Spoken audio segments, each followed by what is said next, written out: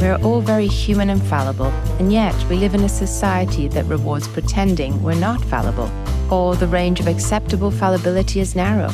We are constantly comparing our insides to other people's outsides and feeling inadequate and guilty, even ashamed. Trying to blend in means parts of ourselves must disappear, and we must then live in fear that we will be found out. Here, together, we will create a space where we can laugh, cry, and carry our suffering and hurts lightly. In the service of being deeply human. This is Life's Dirty Little Secrets. Welcome to Life's Dirty Little Secrets. I'm Emma Waddington. And I'm Chris McCurry. And today we are privileged to have as our guest Nike Oruh. Nike is an experienced therapeutic specialist with a history of working in the health and well-being industry. He has expertise in the area of men's health, race and equality, and emotional well-being. He's the clinical lead counselor at Edinburgh Napier University and focusing on clinical counseling and applied psychology. And he would describe himself as an elevator, communicator, and motivator. And he has a passion for helping people to understand themselves and reach their true potential. Welcome, Niki. Lovely to be here. Thank you for that introduction. So you have many passions, from counseling to diet and health, physical health in general, to music. You're an award-winning musician and record promoter. We may touch on that in the course of our time, but let's start by talking about men's health in general. I mean, both physical and mental. That seems to be a theme in our podcast lately, perhaps an unrecognized area. But in your experience working in a counseling center at a university, what do you see going on with young men these days, and what are they struggling with? It's such a huge area, and as you said, it's something that is very topical at the moment, and I think it's an area that's rapidly evolving. Underneath it, I think there's a search for purpose, and unfortunately, it appears to be in sort of like a landscape that offers more questions than answers. I think searching it's a normal part of growing, and it can sometimes sort of, unfortunately, lead, in this case, where we're talking about young men, into sort of darker paths or towards sort of extremes or the fringe ideologies that will promise this clear solution or a sense of belonging. Or an outlet for the frustrations. And I think that's kind of, in short, what I'm observing a lot, particularly in my place of work. I work at Napier in Edinburgh, Scotland. And there is a sense of trying to search for that purpose. And where do I get that from? How do I get it? So, yeah. And where are people getting their sense of purpose? There's a range of areas. I think we live in a technological age, and of course, the internet, social media is a huge influence on many, not just young people, but people in general. But if you even take a step back, our environment also plays a big part of that. We learn a lot in the home, whether that's our family, our friends. It's also institutions, structures. You have things like faith, religions, and a lot of these things are kind of, perhaps, as we discussed earlier before we record, in the fundamental aspects that lead us into certain directions. And if we don't have strong structures and we don't have leaders or guidance along that journey or that route, we touched upon the hero's journey, then we can go down different directions or directions that send us off the course. It's so good to be having this conversation. We have been having more conversations about men on the podcast. We had a wonderful conversation with Russell Coates on detoxifying masculinity. And I keep saying the same thing. Anybody who listens to this podcast will be getting bored of the fact that it's the first time in my career that I'm seeing more men than women. And it's a privilege, I think, for me, getting to really hear some of the struggles that young men and even older men are facing today, really, with their ideas about what it is to be a man. Because there are so many contradictions, and there's this sort of impossible masculinity that creates all this tension. On the one hand, men are expected to be stoics and strong, But then we have, everything that's come with the Me Too movement that has sort of put men in a position where they're predators and seen as, violent and aggressive, and often feel very blamed and ashamed. I'm not saying that, there isn't reason for that too. Obviously, we do have many victims of violence, but it is a very difficult position that some men find themselves in. Definitely. And it is a tension that there are lots of good men, obviously, like yourselves, and especially young men that really need support and guidance because they are faced with this impossible masculinity and not a lot of direction. And you're right, they do end up finding direction in places that give them sort of concrete answers about what's right and wrong, and may not be the best influences. And it is troubling. The statistics speak for themselves. It's so many, I think, young men die, by suicide more than in any other way. So we do have a mental crisis in young men, and we need to understand it better. Yeah. I checked Russell's podcast with yourself, and one of the things that stuck out for me, which I really valued, was his view on hope. And he said something along the lines of creating like a context and an environment for the sort of feelings and sort of for us to become feeling beings. I think it is what he said, something along those lines. And I think that's really important in terms of men, because very often we haven't necessarily been given the emotional vocabulary. So, that's one of the things which I see a lot when I work with people in the space. It's one of the first opportunities they've had to actually vocalize and verbalize those emotions and those feelings in a safe space. And a lot of what you were describing there really tapped into that idea of a search for identity.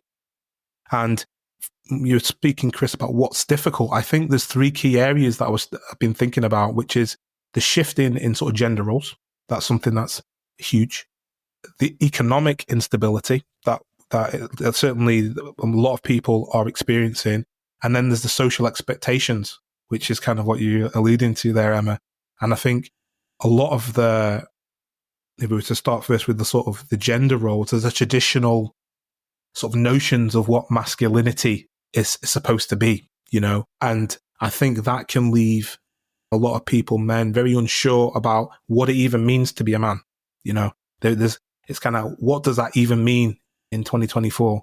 And then when you look at the sort of economic instability, rising costs of living, stagnant wages, there's fewer clear pathways to sort of create a future.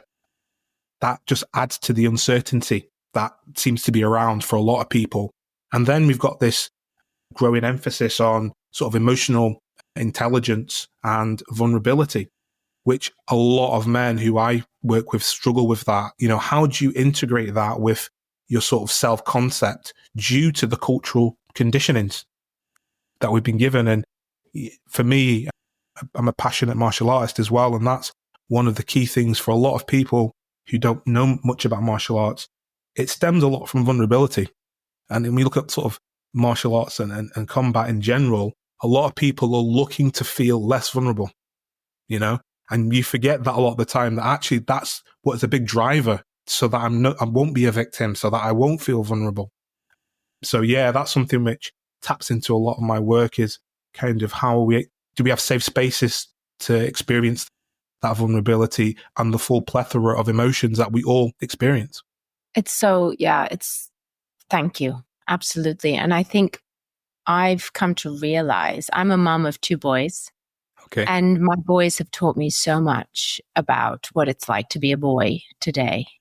And I realized that for me, growing up, I was brought up by 2 feminists. I'm one of 3 sisters. And as far as I was concerned, for a long time, girls had it harder, that boys had it easy. And then I had sons. And so for me, the sort of man, male boy issue was really quite invisible. I didn't think much of it until I had boys, and they started to challenge me. and to challenge my perception of how easy it was. Yeah. And they spoke to me from a very young age about the tension. And I realized that I was probably very naive as to what they were up against. So we talk a lot about feelings in this household, being the child of a psychologist. And one day my son, and I've said this in the podcast before, he came home and he's given me consent. And he was 9. And he said to me, he asked me, what do you think happens if a boy cries in maths? And I said, well, what happens? I mean, people gather. And he said, no. What do you think happens when a girl cries in maths? I suddenly realized that there is a difference, that when boys are emotional, they don't get the support. So there was a naivety from me that simply teaching boys and men emotional language isn't enough. We also need to give them context, communities, places where they can express it and have it met with the support that they need. So simply, going out there and doing lots, and I think this should be happening in schools from a very young age, giving this language. But we also need to recognize that the community isn't entirely ready for emotional men or boys or young. And we have to just be honest. We still have work to do. And I speak to, as I said, many male clients, and they'll say to me that they only share with me, and they'll be married, and they'll have sisters, and they'll have communities around them, but they don't feel safe. And these are, very intelligent, very successful men, but they're not comfortable. So. Yeah, and I totally agree with that. I think one of the things which I used to work in the third sector, and we did a lot of work in high schools. I worked in high schools, and I think it was about 2011. You might have heard of the gentleman Jackson Katz, and he does a lot of work around domestic violence and violence towards women. And his program's called MVP, Mentors and Violence Prevention. And one of the things that really struck with me is that often people think it's someone else's issue. There's this kind of thought that, and you kind of alluded to that with your sons, until you're open to seeing it, it's not really an issue, And I think it's everybody's issue to work on the change that we want to see. And there's an opportunity there. And part of that is creating spaces to have open conversations, to explore different ideas, different processes, thoughts, structures. And I think a big part of that, as we touched on before, is the vulnerability, because there are a lot of very vulnerable men out there. And unfortunately, it often is expressed through anger, which is an acceptable emotion for men to express, or other types of emotions like that. And if we can provide other outlets and other opportunities to express what someone's feeling, I think that's really what needs to be done. It is so true that the anger is the dominant and the sort of more acceptable. And I remember, I think I might have mentioned it with Russell. I feel like I might be repeating myself. I'll try and get some original content soon. That we tend to label boys' affect as anger. We mislabel it often as anger. And so they express a lot more anger. It's like anger is the acceptable emotion, but then they get older and we go, too much anger. Yes. I don't want so much anger. And that is very difficult because there isn't this sort of emotional vocabulary or permission to express different emotions. No, totally. But in the counselling sphere, one of the tools that I'm a person-centered counsellor, but when I worked in the high schools, we used quite an integrative process and quite a bit of CBT. And one of the things we used to use as a tool was the anger volcano, or the iceberg. And so obviously you see the tip of the iceberg in the water, which is often maybe the anger, and then looking beneath the surface to see that, okay, beneath there is some sadness, is some frustration, is some anxiety, is some vulnerability. And by addressing or meeting some of those emotions, then often the whole of the iceberg can perhaps melt, as opposed to just addressing what we see and thinking that's all that's going on. And that was always a really powerful tool that I used and saw, particularly I would say actually young men go, actually, yeah, you know what? I do feel afraid, or I am feeling worried about this. And the way that I express it is this: I kick off or I do that, and that's accepted. So yeah, there's definitely work to be done there. Well, I've worked over the many years as a child psychologist with a lot of young men and boys, and I've gotten a lot out of teaching them emotional vocabulary. Like there's the difference between, as you said, anger and frustration. Or I'll never forget teaching, it was actually a girl, the word indignant. She was getting teased at school and she was saying, I was so angry. And I said, we have this great word, it's called indignant. And she said, yeah, indignant. And her whole posture changed. Yeah. Instead of being hunched over and, I'm angry, she threw her shoulders back and her head up and said, I'm indignant. And it just shifted things. Yeah. It's giving people the tools. I think that's what you're describing there. When we can give people the tools, then, that old proverb of, teach someone you can give someone a fish or you can teach them how to catch the fish, and often I did groups with young men, maybe around, anger. Back in the days, it's like anger management. And actually, sometimes it's about giving someone the tools of how to be calm, and I've got kids as well. I've got 4 kids. And one of the things, if you to ask my children, in schools, I don't know if it's the same in Singapore and America, it's like people are told to calm down, just calm down. But what does that even mean? When you say to somebody, calm down, what am I supposed to do? If you were to ask my children, they'd say, okay, number 1 is breathing, right? So what does that do? It's going to allow you to regulate your heart rate, because when you're anxious or stressed, your heart goes up, so you're slowing it down. The other thing that's happening is you're getting oxygen, right? You need oxygen to oxygenate your blood. So that's going to then help to go to the organs. So there's actually a tangible way to do the thing that you're looking for. It's not just this word that's palmed about. And giving people the tools and the understanding allows them to do for self and have a better understanding of self.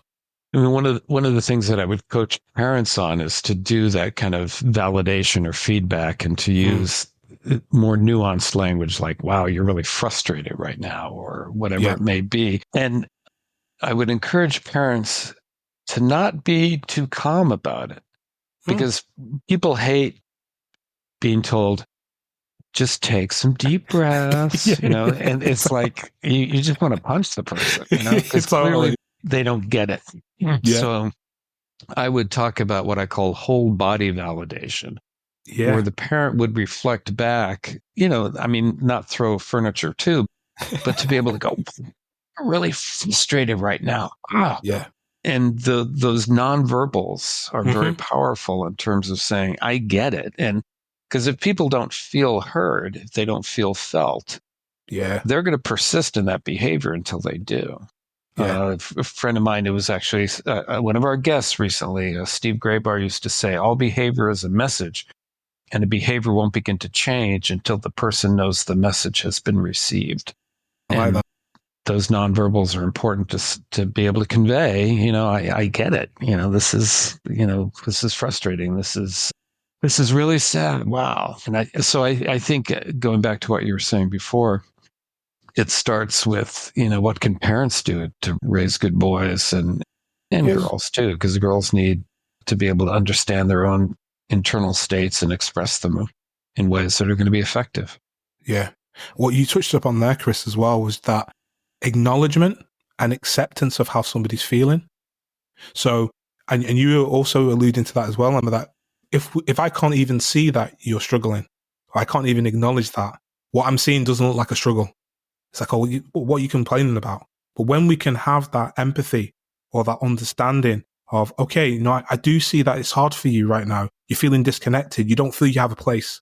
Okay. What would a place look like for you? How can we include you more? How can we perhaps change the system to have you feel more part of it? How can we develop trust? And within my work at Napier, we found that a lot of men were not engaging in therapy. And that's me and myself and my colleague Amy, who was on the show as well. We did some focus groups for men in particular to find out what is it that we're perhaps not doing. Ask the people who you are actually trying to engage with, what is it that we're missing here? Is it our approach? Is it the language we're using? Perhaps we're using a language that doesn't resonate with you, or you don't feel that that's part of your belonging. And I think that's another big area that why young men in particular feel vulnerable is that need for belonging. And if you look at the sort of extreme groups, there's a sense of, well, at least I belong here, even if it's this complete abhorrent thing in my eyes or someone else's eyes. I belong. I feel part of something. I feel included. And as humans, we are social creatures, you know. And in the UK, whether it's sport or you look at things like gangs and things like that, a big part of that is a sense of I am part of something. And the other part of that, which we were speaking about, Chris, before, was the initiation. You know, part of societies and cultures, there's initiation to become something, you know. And I suppose for young men, you initiate to become a man. How does a young man become that? What are the steps and the stages? And there's a lack of that. There's a lack of opportunity to go through those phases to become.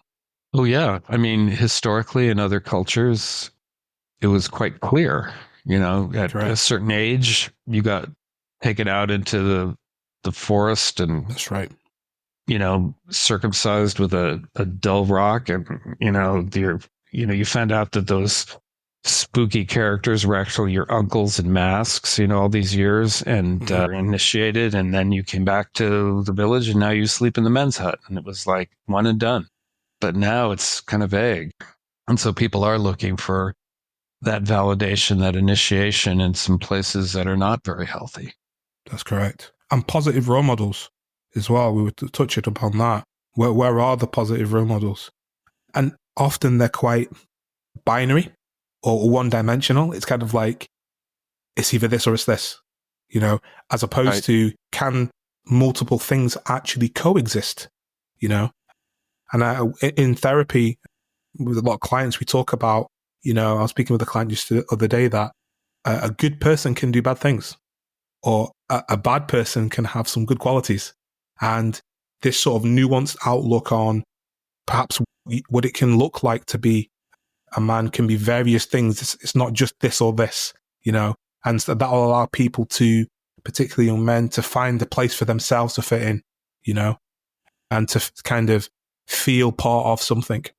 Well, when we talked to Stephen Batchelor quite some time ago, we talked about this issue of good and evil and how, you know, it becomes split into, you know, us versus them, me and you, I'm this, you're that.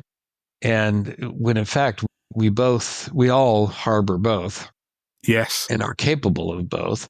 So we should be a little more humble about this. But in my experience, you know, when people get stressed, they go right to that binary view of the world.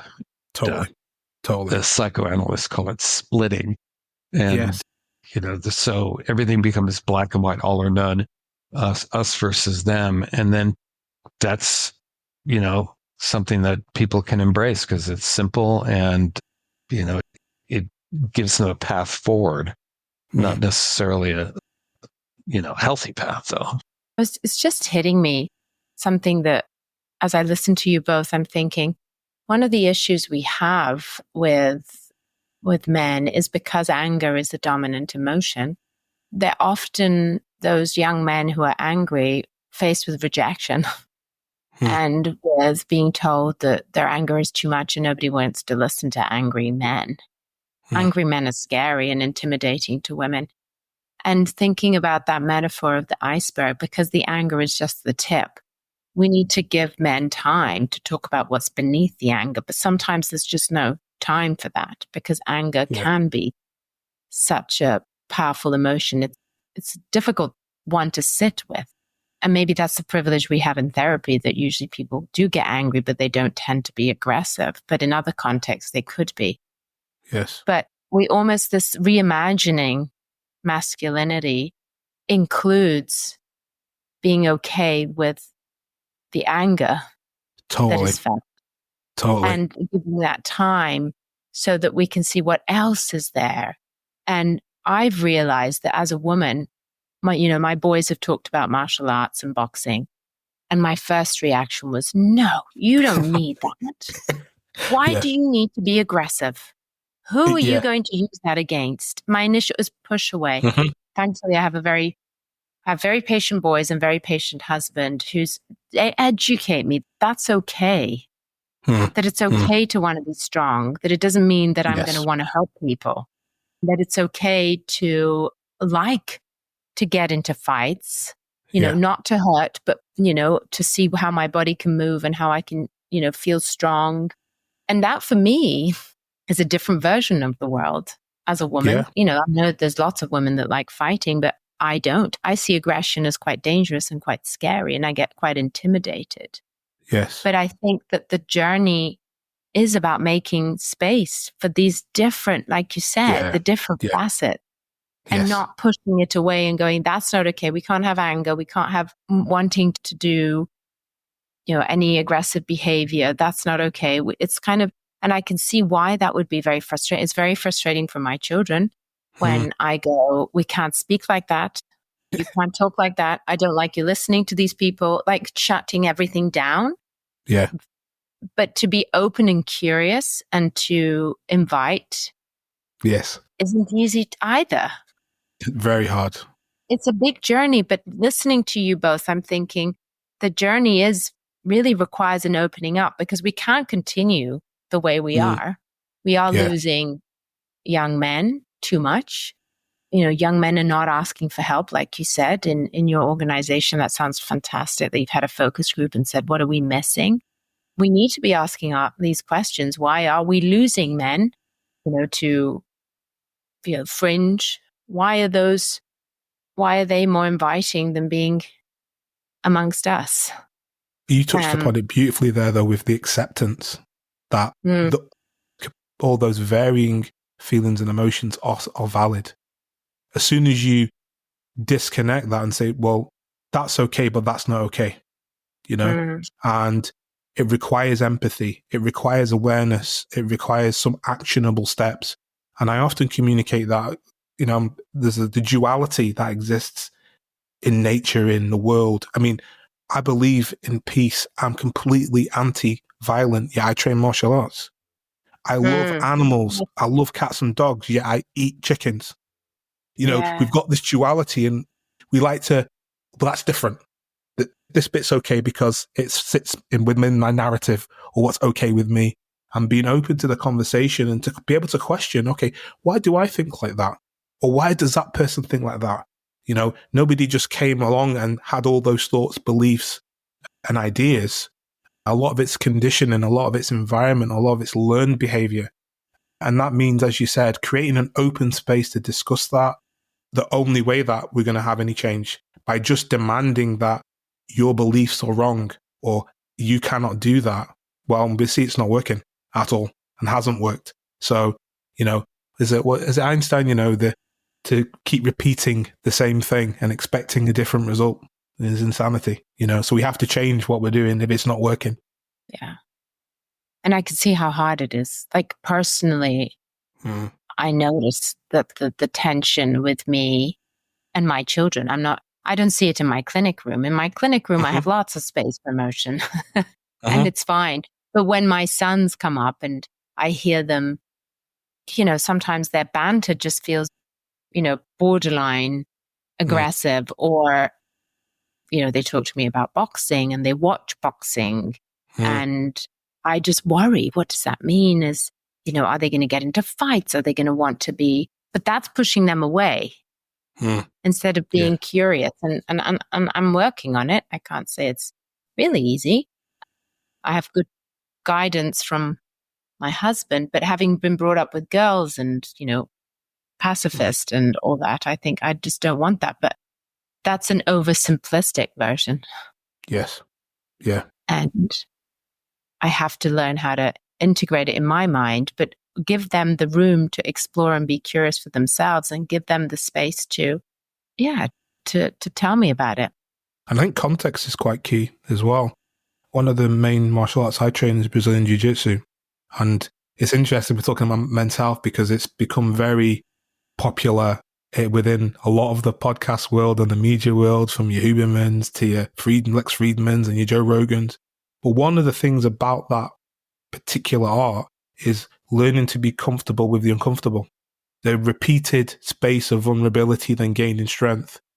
There's various analogies and elements of that which allow you to experience the gamut of feelings and emotions in a contained environment, So you can safely explore your aggression, and that's accepted, and then you stop or you tap and you can go again, right?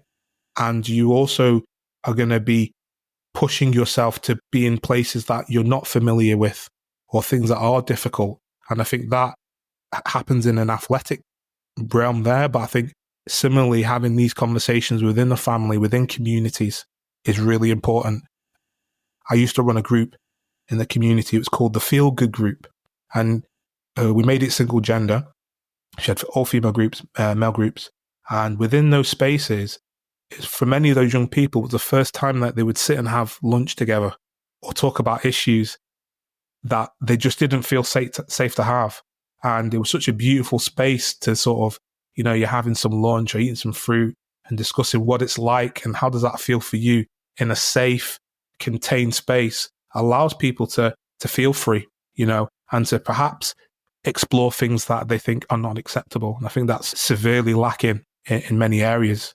I can't think of many places where particularly men in general have that freedom to do that. Maybe the barbershop, maybe football, a few places where you can let down that mask, But there are these communities and they'll go and watch, a match, but they don't speak often about the things that they want to speak about. And that's what I hear in my clinic room, is that there aren't that many opportunities for men to speak more vulnerably, or at least they don't feel like there is. How do we create more, especially for our young men? Like if I think of this idea of, martial arts, and I sometimes think of the gaming community, they need to play and test themselves and be challenged and see, do some aggressive things because, they're not allowed to go out there and, chase each other with sticks anymore. Yeah. They find other ways of expressing those parts of themselves. But yeah, there aren't many opportunities for men to speak openly and vulnerably. I think what Chris said earlier about starting quite young is quite important when we're most malleable. So, promoting healthy masculinity early, so updating that version of what it means to be a man, promoting emotional intelligence, collaboration, self-awareness, alongside the strength, alongside the resilience. It's not either or, it's not like you can't have that and you can't do that. And like fostering those communities as well. So I think that's even not just with men, but there's a lack of community. It's like, even, it's like being alone in a crowd, often people feel disconnected. And so whether that is, as we've mentioned, through sport, through art, through group activities, that can foster that sense of belonging without the, the cliche toxicity. It's like, actually, we're part of here, and I'm accepted and I have a voice, That's a big part of what's lacking, is there isn't an opportunity to be heard as you are, like just as you are, not because of what you do or what you have. You're enough as you are, I think part of that acceptance piece is a message, explicitly or implicitly, that I trust that you can have these emotions and you're going to make good decisions about it.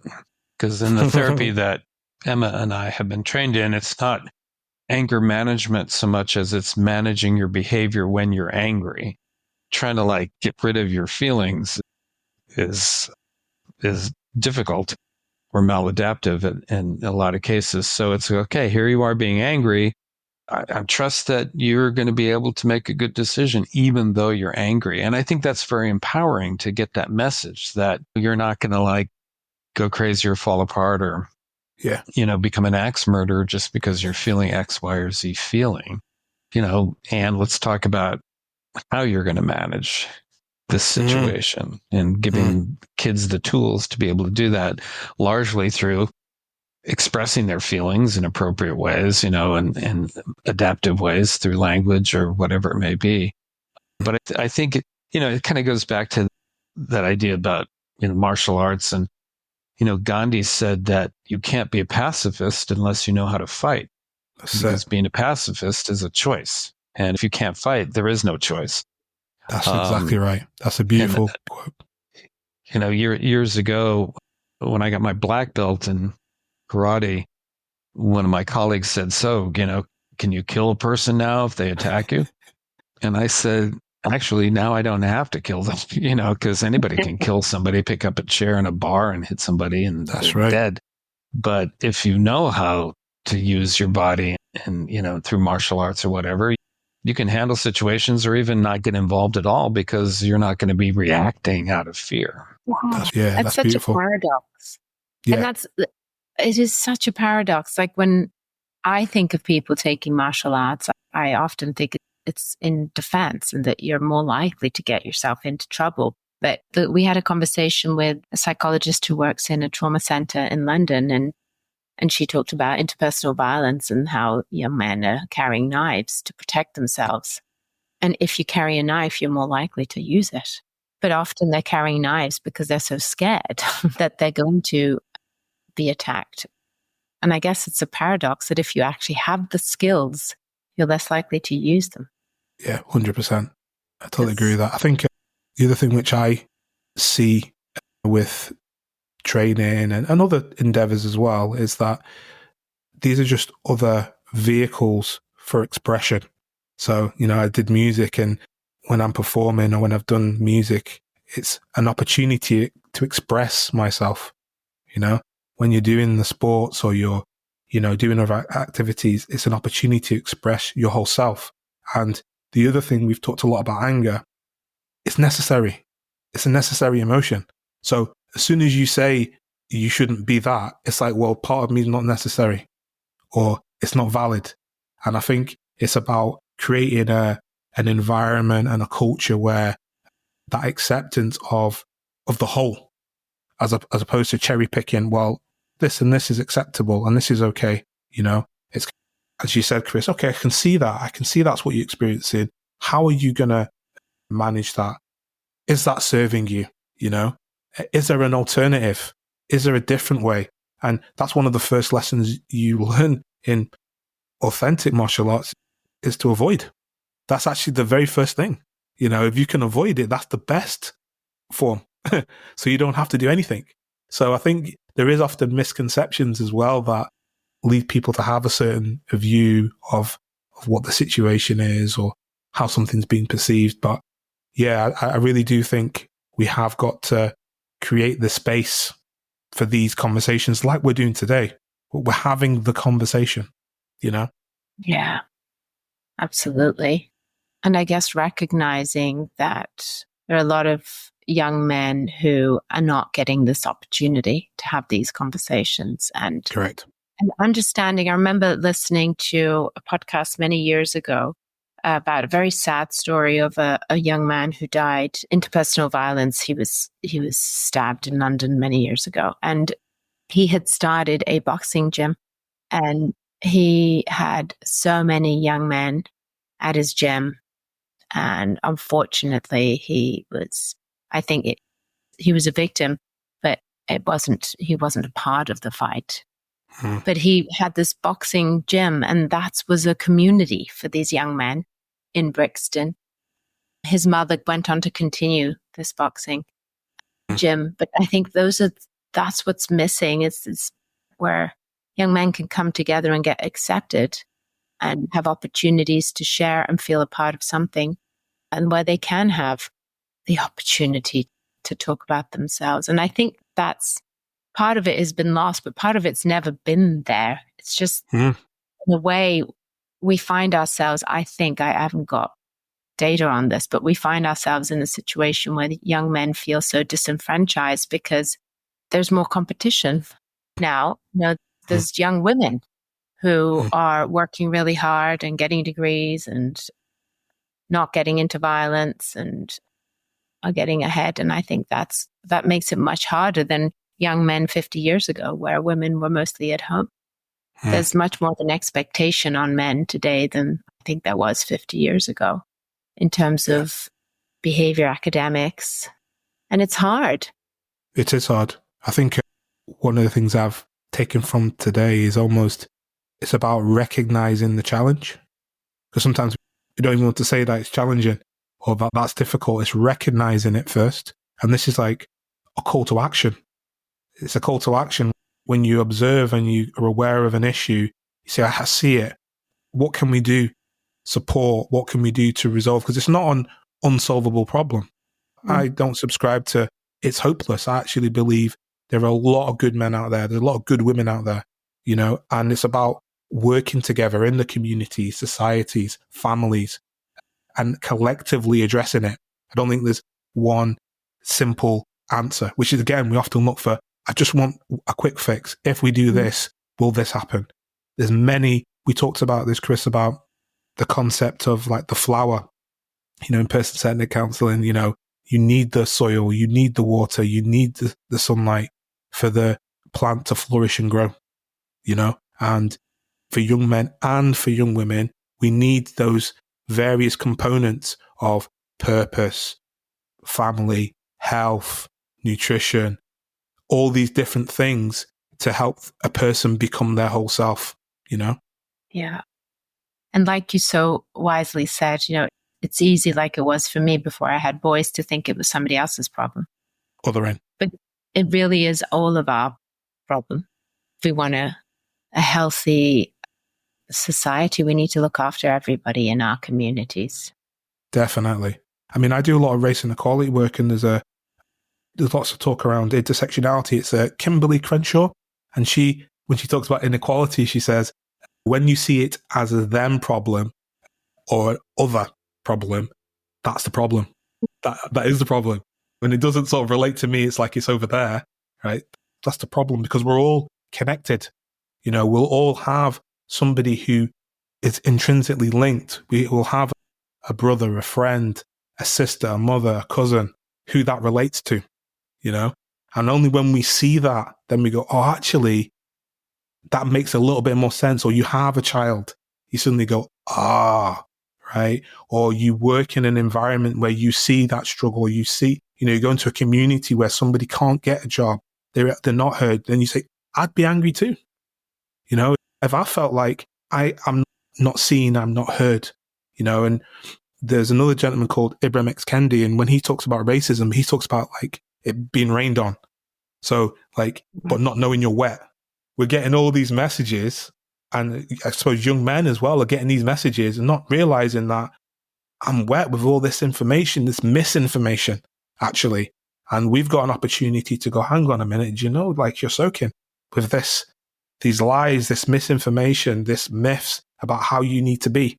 And actually, we can change that, You can be your full self without going down that avenue or behaving that way or treating somebody else, another like that, Absolutely. Yeah, it could be a coworker. It could be one of your students. It could be anybody in your life who's struggling, where you can have, you can take those deep breaths yourself, because very often we get activated when somebody else is struggling and we want to push it away. But to be able to be open to that experience and present to that person is, transformative. Maybe not in a huge way and not right away, but, it's incrementally. If we can create that holding environment for the people around us and give them the tools to be able to struggle well, that's my favorite definition of resilience, is struggling well. I like that. I like that. Struggling well. Yeah. And it's necessary as well. That's the thing. They're not in isolation. I was speaking to a guy, he's a PT, and he's into sort of bodybuilding and stuff. And he was sort of talking about how, you have to continue to lift heavier weights to get stronger. You have to embrace the struggle we all want to get there, but no one wants to travel, right? So you have to go through, and like we said earlier, the initiation. If you look at mythology, right, you go through the fire before the liquid gold. It's kind of like it's written in scriptures and mythology but we've kind of lost it to some degree of, we just end up there. But actually the process of, empowering somebody's, in person-centered counseling, their actualizing tendency. So if you can empower that, then they can become who they need to be, not who I think they should be, who they need to be for themselves. We need to empower people more. And we need more role models. I've been doing these series of talks on what about our boys? And one of the questions that a lot of people ask me is, where do I find better role models for my boys? Who could they listen to? Who could they look up to? So if you have any ideas, that'd be great. Because the people that, are being listened to are probably not the ones we want them to listen to. Those are the ones that make, a lot of noise. Yeah. Yeah. I mean, one of the interesting things about that is even what we define as a role model. So a lot of what we define as what we're looking up to, the framework or the system is flawed in itself. So we kind of look at success as achieving. In other cultures, it's like you're wise when you get old. You're not thrown to the side. So sometimes it's almost like if we can... I'm still waiting. Sometimes we have to even look at, is the system itself something that we need to be looking at? Who do we put on a pedestal? Who do we say is worthy?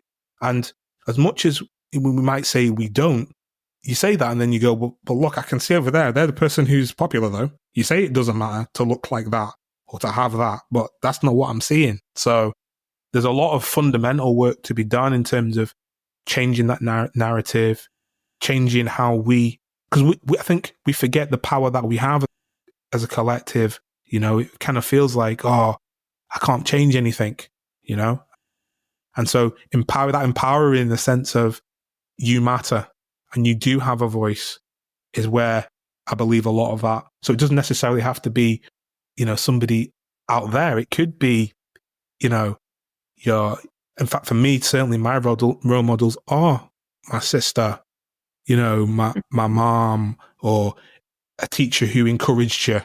It doesn't necessarily have to be anything grandeur, you know? And sometimes when I thought about that, it's often the people who listened to you, who believed in you. Those are the people we need to exalt more and say, actually, that's such a valuable thing that, you can be met and seen and encouraged, Each of us has the potential to be that person for somebody. That's right. And we never know when we are. It can be on that day when somebody just smiles and it's like, I'm seen, or they listen, or, you go in the shop and someone lets you in, or you're in a rush and it's like, man, I needed that today, in the therapeutic space, we're privileged to see that a lot. Yeah. We get to see people that, or parts of people that perhaps are not shown to the majority of the world. It could be small and perhaps unnoticed and something that people reflect on years later. That doesn't take its power away. You're right. It's not always a high five moment, is it? No, it isn't. And sometimes it can be a painful moment, something that's really hard. And in hindsight, it was really important. And necessary and essential. It's part of the struggle, the beautiful struggle, in fact, that actually part of becoming is going to be like that wave. It's filled with the valley and the hilltop, and sometimes we're just talking about, hilltop. It's like, as you said, Chris, how do you manage when you're in a valley? What have you got the tools, to navigate that, to manage that? Because that's part of existing and living, Yeah, it's so true. So true. Chris has asked us to think about wrapping up, and I did my... Sorry, Chris. That's all right. No, it's good. It's become a bit of a habit of mine to ask another question when Chris says, wrapping up. I'm trying not to be too rule governed here, but... All good. been a great conversation. Really nice. It has. And I know it's very late for Emma. Indeed. Oh, Indeed. I'm having such a fun time. Forgotten about the time. You've given me so much to think about. Thank you. Yeah. And I think we can all go forward and try to be that affirming, validating, open person to the other people in our lives, even the stranger on the bus or our own children or whomever it may be. Just be open to the possibilities that we could be somebody's hero for just a brief moment in a meaningful way. Thank you so much. I really do believe that, young men and anybody can find that purpose. It's not an external imposed identity. It's like our own authenticity. And that's always evolving as well. We're evolving beings, and these sort of conversations give me hope that it's not a foregone conclusion, All right. Thank you, Nikki. And Thank you. If there are any resources that you have that you think might be of interest to our listeners, you can get those to us and we'll put them in the show notes. I will do. Oh, yeah. All right. Well, wonderful. Thank you so much. Thanks so much for tuning into the Life's Dirty Little Secrets podcast. If you have any feedback for us or secrets for future episodes, you can email us at lifesdirtylittlesecretspodcast@gmail.com. Be sure to follow us on Instagram at Life's Dirty Little Secrets or on Facebook at Life's Dirty Little Secrets podcast. We invite you to follow, rate, and review us on wherever you listen to this podcast. It is the best way to get our podcast out in front of new listeners. We'll be back in a couple of weeks with more. See you then.